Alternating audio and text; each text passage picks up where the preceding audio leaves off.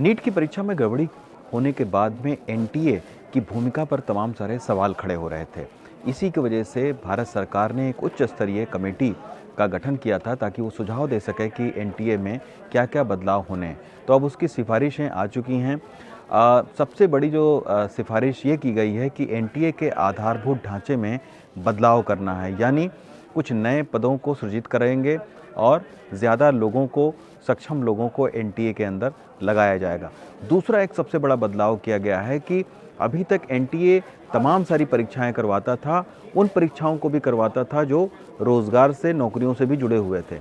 अब ये कह दिया गया है एनटीए को कि आप केवल उच्च शिक्षा से संबंधित जो प्रवेश परीक्षा हैं उन्हीं को आप करवाएंगे, बाकी किसी भी परीक्षा को आप नहीं करवाएंगे। यानी आप केवल जो है जेईई की परीक्षा, नीट की परीक्षा, सीयूईटी की परीक्षा, इस तरीके की जो परीक्षाएं हैं जो उच्च शिक्षा से संबंधित हैं उनको ही अब ये करवाएंगे। तीसरी एक सबसे बड़ी जो सिफारिश की है एनटीए के परीक्षा केंद्रों पर तमाम सारे सवाल उठे थे पेपर लीक के मामले में। अब ये कहा गया है कि आप अलग अलग राज्यों में कुछ ऐसे परीक्षा सेंटर्स को डेवलप करिए जहां पर आप कई सारी परीक्षाएं ले पाएँ।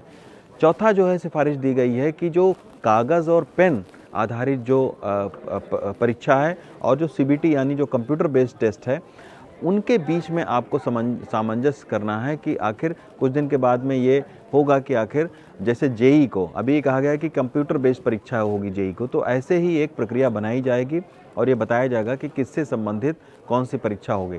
पांचवी चीज़ ये कही गई है कि जो हैकर्स हैं और जो तमाम कंप्यूटर आधारित परीक्षाओं को हैक करने की कोशिश करते हैं, उनको उनमें कमी लाने के लिए तमाम सारे उपाय बनाने को कहा गया है।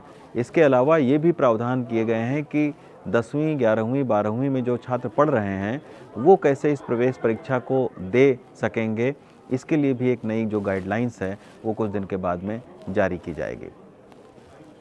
दिल्ली से सुदेश कुमार राम के साथ रवीश रंजन शुक्ला, NDTV इंडिया।